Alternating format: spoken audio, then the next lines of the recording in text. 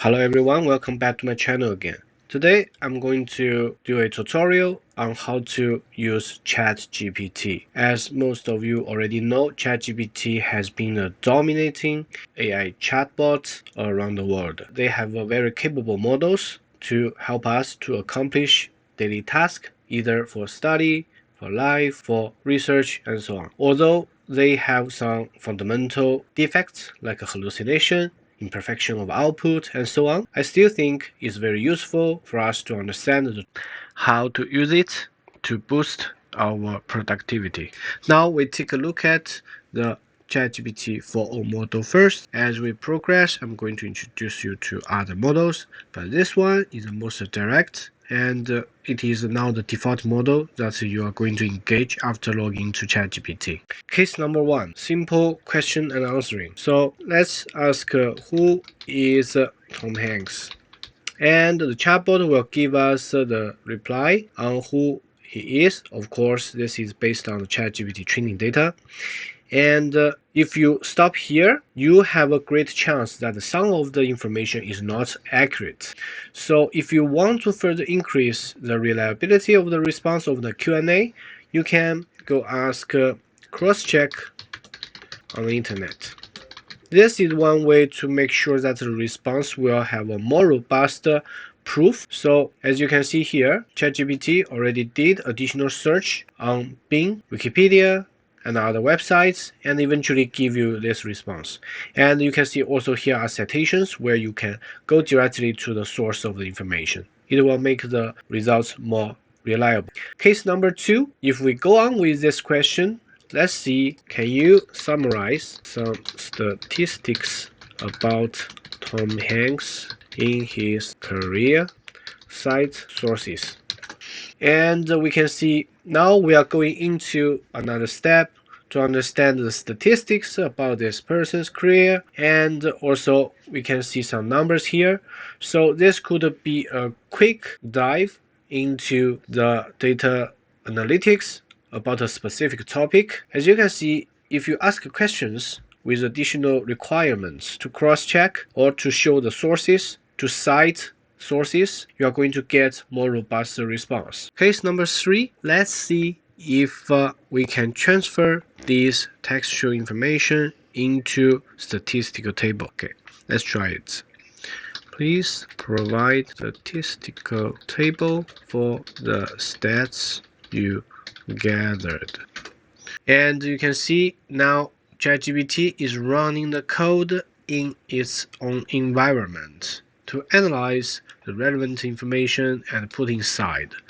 Usually, if you already have some chat results, it will transfer those statistical information to a data table in his environment. And as you can see here, you have a tabular data display, and you can also enlarge it, expand, and you can check the whole table. Of course, some of the values, for example, this is dollar value, and then you have the count value. Some of them are not in the same standard, but you can always improve and ask additional questions to perfect these statistical information. Now, let's go to the next case, case number four, data analytics. We do not just gather the data table, we actually go deeper to the analytical aspect. Now, let's expand the data analytics range. Let's say, please compare 5 more actors like Tom Hanks.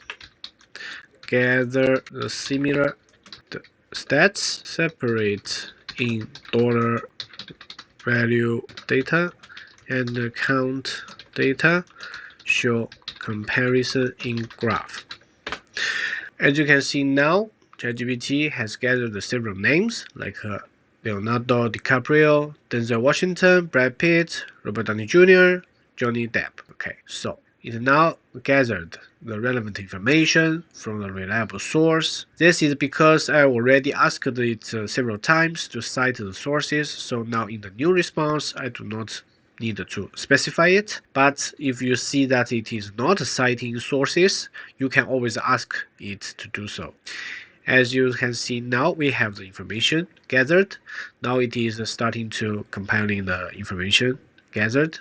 As I specified before, now we need to separate the dollar value and also the count value in separate table. And we can see here, it does a quick job. Show first of all the total global box office gross income of the famous actors. As we can see, the different actors are compared in this bar chart. It looks good. And we can see here, we have the comparison of the award-winning count of each actor in different awards. So this bar chart is also organized well. You can see here is also a summary that is said that I have created two sets of visual comparison, global box office gross, and also award comparison. Of course, I always recommend you to double check the data it gathered because sometimes it may not be 100% accurate. This has been an issue of the models that we are using now. Now, let's go to next case. Case number 5, advanced data analytics. So we have already gathered some of the statistical data, and we want to first of all expand our sample because we want to see more actors, for example, and we want to see a classification to see how can we group different different actors. Okay, let's try it. Expand actor range to 30, gather relevant data and categorize them according to the data you gathered. Use proper machine learning model. Okay, as you can see now, if ChatGPT is giving you two responses, because now the response of the ChatGPT sometimes cannot reach the optimum, so now there is a reinforcement learning step. It asks the user, like you and me, to choose between the response to see which one is better. So it will act as another data source for them to enhance the performance of the model. As you can see, there is a response number 1, it goes to a deeper thinking process, and the response 2 already get the results as we can see here. And it stops at the machine learning model choosing, suggested the k-means clustering or random forest classification. As you can see in the left-hand side, it actually goes to, first of all, the list of the actors, gather the data, and also describe the data analytics approach, the process, for example, data preparation, and model selection, and evaluation, visualization, and so on. So the response number 1 goes into a chain of sort process. So the response looks more robust than the number 2 response. Okay. And as you can see here, it already, on the second response, it already gathered the 10 actors information, right? It only shows you the example and it will go on. Okay, since the first response you see, I can't perform actual data analytics and generate real-time graphs without current data. It only shows you the framework and do not do further suggestion about how it will do the work. So I will choose the second response. I will say go ahead.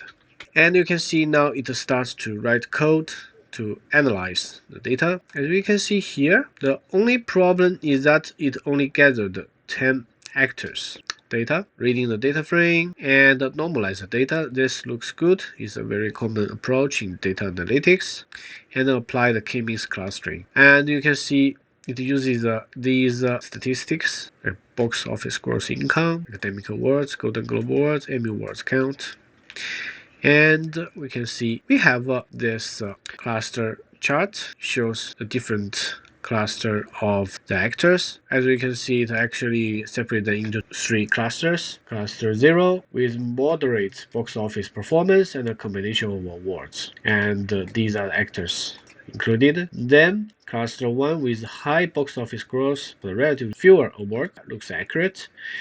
And also high award count and a substantial box office figures. Now, you can also choose to download the chart to your local environment or go on with the chart. Since the response does not match our expectation yet, let's go on to ask it. Please make sure you include 30 actors. Okay, because now we only have 10.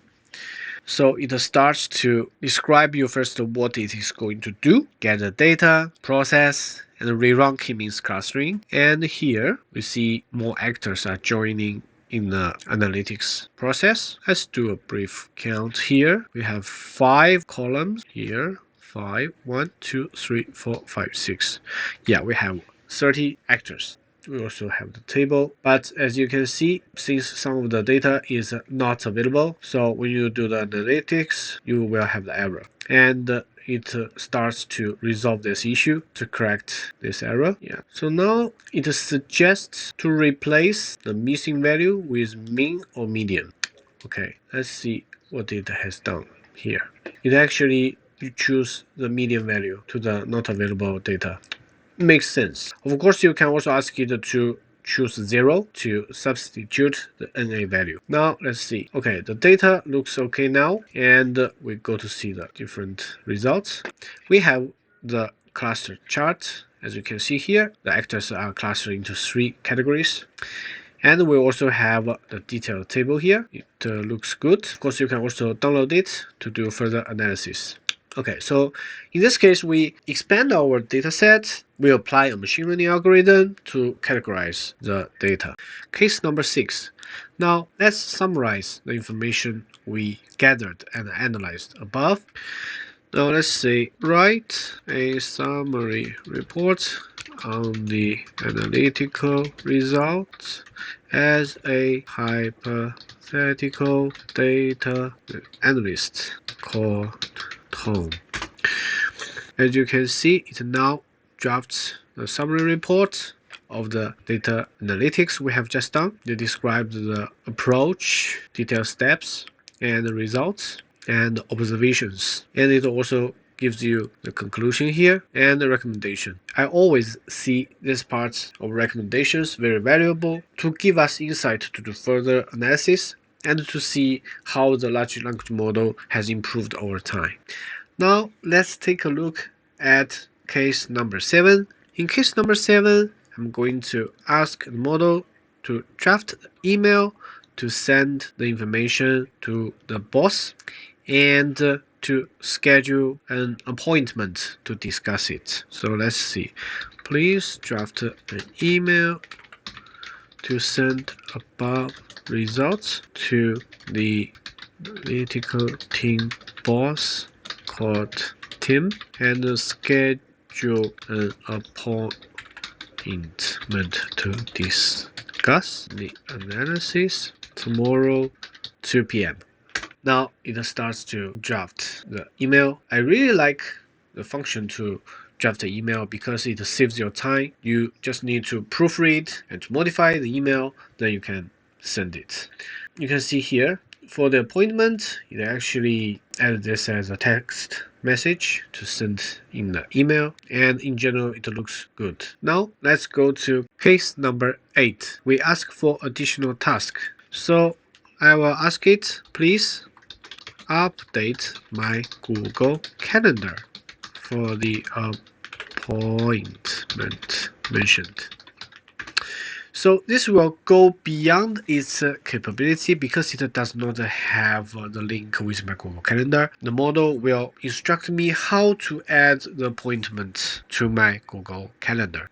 And you could have other options. There are many tools that you can choose. For example, the GPTs created by others to perform such task. But you need to consider the more you involve the third party, the more you are exposing your personal information to the third party. So there is a tricky balance here. Case number 9. Alternatives to the uncompleted tasks. For example, as you can see here, we cannot ask GPT to do a job for us, but we could have an alternative. For example, if we have the calendar file attached to our email, the counterparty could receive it and also open it to include the appointment in the schedule. Okay, so I would ask, please create a calendar attachment file for me so I send with my email. As we can see here, the model starts to write the code, although you can see the speed is not very fast, and eventually it saved the file first in its environment and will provide a link for us to download. As we can see here, the model does not successfully provide ICS file for us. this is one of the cases where we meet another obstacle using this model. However, we can also copy-paste the code to our local environment to run such code and generate the file. Or we can go to Google Calendar. In some other cases, for example, if you want to ask ChatGPT to generate a notebook file for you to run in local Python environments or in Colab, sometimes it can generate, sometimes it cannot. So you need to try and see if the model can provide the answer you want. This is part of the instability of such kind of model, and you are going to see many cases as long as you use more and more of such models. Now let's go to case number 10, coding. So in this case, I'm going to use two models of ChatGPT, is a ChatGPT 4.0 and Canvas. So I'm going to prompt to get the code, then run in my Colab environment. So the code would be provide me with the Python code to run in Colab, getting a APL price trend, and conduct technical analysis to judge the buy or sell opportunity. Going to prompt both 4.0 model and also the 4.0 canvas model. As you see here, the display are quite different from each other. On the left hand side, you see is still the chat mode, and you see the result, you see the text block and also the code block. On the right hand side, it goes to the display of the code only. If you want to change it, you are going to see the update of the code on the right hand side, but on the left hand side, if you ask for change, it will generate a new response. So let's try first of all the left hand side code. Let's see if it works. Now let's copy the code here and run it. Okay, so there is an error about this code. I just copy and paste this error here and see if it can successfully debug. Okay, now let's copy it to Colab environment and run it. As you can see here, we have some results. For example, like the moving average, RSI, MACD, different technical analysis results. However, in the end, we still have an error here. Okay, so let's see if it can debug. So it is suggesting to change part of the code. Okay, we're going to copy and paste this part of the code and change it.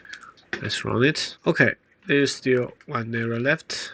Let's try. I think this is an easy error to fix, importing pandas as PD. Let's see how it will modify the code. Yeah, you see here it adds this line. I think the package we do not need to install again.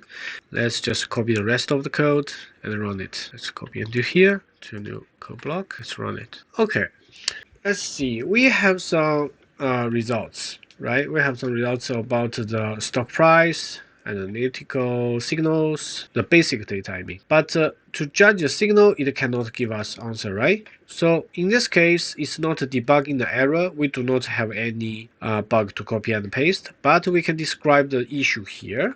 The signals are all NA, and see if it can understand and solve the issue. So this looks okay. We need to check the values, cross-check the logic, extend the date range, and let's see. Well, let's check the data. Okay, and let's provide this data back to ChatGPT. Okay, so it identifies the issue is not about the code itself, it's about the data. Because during this period, there's no crossover of the moving average lines, so we do not have a clear buying or selling signal. So after several rounds of questioning and answering, I cannot get a successful result. So let's go to the right hand side. Now this time let's try the results provided by Canvas. Because I believe there should be a crossover in the dataset. The problem is that in the previous code it cannot identify. Let's see this one. Okay, so the Canvas code, first of all, it directly outputs several timestamp or when there is a signal, and in general it looks more direct than the previous code version provided by 4.0 model. Now let's see because now we do not have error to debug, let's try to ask Canvas to improve the code. Can you improve the code to provide more explanation and show detailed data? So it will go to review the code line by line and change it. You see, it's a dynamic process, and eventually the final code will be provided on the same interface. You do not need to check another chat result. It is always here, so it's dynamically updating. And when you choose a specific block, you can ask ChatGPT, okay, and you can ask it to change or explain. So the result will be presented again by changing the code line by line. Let's try this code to see if it gives us additional results. I think the package we do not need to install again, so I'm going to put it in another cell. Let's run the code. Okay, so now it provides me additional statistical information about the privacy information, and then it shows the process of calculating the different metrics in a technical trading perspective, and then plots. Now the plots are the same as the previous one, and now you can see there is a trading volume under these charts. And for the buy sell signal, there are very clear description. For example, this one is a sell signal, and in general it looks good. And these are detailed data with calculated indicators. Yeah, everything looks alright. And also there is a comment here. So this does not mean that the canvas model can always perform better than the formal model. It depends on the use case. But for the use case that I'm presenting you right now, canvas code give zero shot best results, and full model cannot provide a zero shot best results, as you can see here. So for different scenario, I suggest you to try and to understand which model is the best for you. And of course, on the right hand side for the canvas version, you do not need to be worried about the model to forget some of the content, because it will always go through the code one line by line, and you do not need to worry. For example, we already have a back and forth 50 rounds of the chat, and maybe some of the information is missing. So for coding purpose, at this moment, I think a canvas is better. But if you want a conversational style, it is suggested to go back to the formal model, because you can see there is a structured conversation. You can also see both the code and the textual output together. Now, after we zoom out of the code interface of the canvas model, you can see the textual information is very limited, because all the change has already been applied inside of the code block. And for the full model, you can see that the code is always with the textual information. Case number 11, writing. Now I'm going to use the chain of thought model. It's called O1 preview with the canvas to write a catchy song. I'm choosing this use case instead of the coding, because coding task for preview always involve in a complicated thinking process. For a specific code block, it will take a lot of time to debug. Of course, you can try. But now I want to highlight is that the preview O1 preview model is going to think more than the other. And for the canvas model, you can change the part you want dynamically. So let's try it out. So I'm going to say, write a catchy children song about weather. Okay, and we prompt both models. You see the left-hand side, it goes into the thinking process, two-step, right? Creating lyrics and crafting the melody. And you can see it is well written. On the right hand side, we can see there is a verse and chorus almost similar, but the right hand side seems each line is shorter. Okay, so for the left hand side, we can see it took some time to think about the steps, then give you the result. On the right hand side, it gives you results directly. So if I want to change part of the text information, I can see, for example, I choose this part. I say make this part longer. Okay, and in the canvas interface, you can see this part already has been changed to a longer version. Or in general, I want it to shorten the whole song. It will do rewriting of the whole song from the beginning to the end, right? And if we go to the preview model, we say change a specific part. We need to copy this part. Let's say change verse 4 to longer version. You will go to thinking, extending the verse, elaborating, expanding, and you see there are several steps under the hood of this model, and eventually you see the results.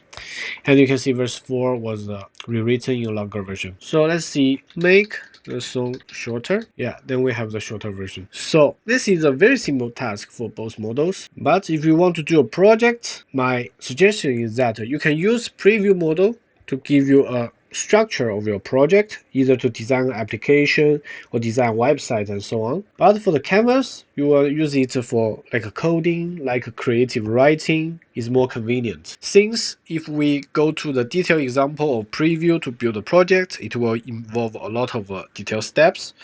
If you are interested, just leave a comment. In the future, I can make a video about it. At this moment, I just want to let you know the characteristics of the two models so you have a better sense. Case number 12. Now we are going to look at the case of using ChatGPT as a shopping list compiler. So for example, now I'm going to prompt make a shopping list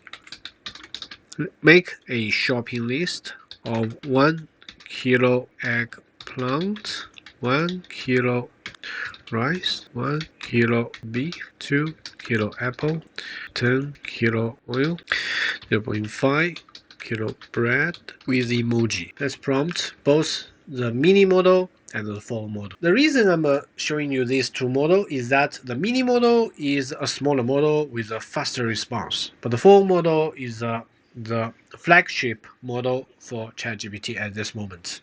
And we can see here both give results about our shopping list, but if you paid attention that for mini model it actually gives a faster response. So I would suggest you to use mini model for some smaller tasks where you want faster response, and full model you may use full model for more complicated tasks like coding and so on. You might have already noticed for the O1 mini model, for the preview model, you do not have chance to upload attachments. However, for the 4.0 model, you can do that. So you can interact with your documentation like PDF, like Excel, like picture, and so on.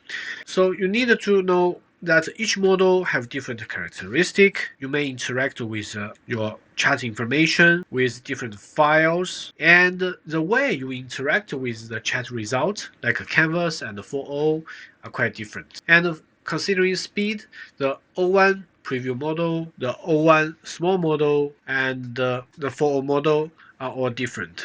So please choose the models according to your task. The reason I'm showing you this shopping list example is that now whenever I go to supermarket, I find it sometimes very interesting to try these ideas with a large language model. Although it may not be very direct, like if you have already a shopping list application, but I think why not try it from time to time to see if it can help us with daily life tasks. So in this video, I have introduced you several use cases. For each use cases, we can expand for a larger group of use cases. So in case you are interested to explore some use cases, please leave a comment. If you like my video, feel free to share it, give it a like. And if you like my channel, please subscribe and see you next time. Bye bye.